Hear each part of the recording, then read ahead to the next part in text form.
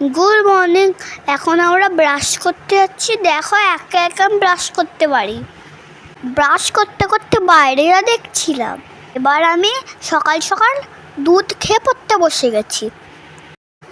পড়াশোনার পরে আমাকে স্কুলে যেতে হবে তো, স্নান করবো, খাবো, রেডি হবে, একটু সময় লাগবে তো। মাম্মামকে বললাম তাড়াতাড়ি খাইয়ে দাও। তাড়াতাড়ি করে আমি স্নান করে স্কুলে ড্রেস পরে দিলাম। ও এবার চলো, স্কুলের ব্যাগটা তো গোছাতে হবে। টিফিন বক্স, তারপরে বোতল, বই সব ঠিকঠাক দিয়েছে নাকি দেখবো তো। মাম্মাম সব বইগুলো সুন্দর করে গুছিয়ে দিয়েছে। আমি ব্যাগটা বন্ধ করে দিলাম, স্কুলের তো দেরি হয়ে যাচ্ছে। যা, টিফিন বক্স নিতেই তো ভুলে গেছি। আমি মাম্মামকে বললাম আমার ভিডিওগুলো করে রাখো, যখন আমি বড় হব তখন আমি ছোটোবেলায় কী করতাম দেখতে পাবো।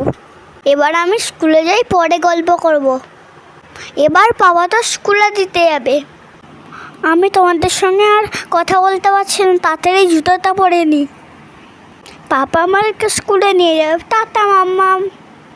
স্কুল থেকে ফিরে আবার তোমাদের সঙ্গে দেখা হয়ে গেল। এখন আমি মাম্মার সঙ্গে বাড়ি যাচ্ছি। আমি দুপুরবেলা খেয়ে ঘুমিয়ে পড়েছি, আবার বিকেলবেলায় পড়তে বসে গেছি। মাম্মাম বলে সবসময় আমি দুষ্টুমি করি।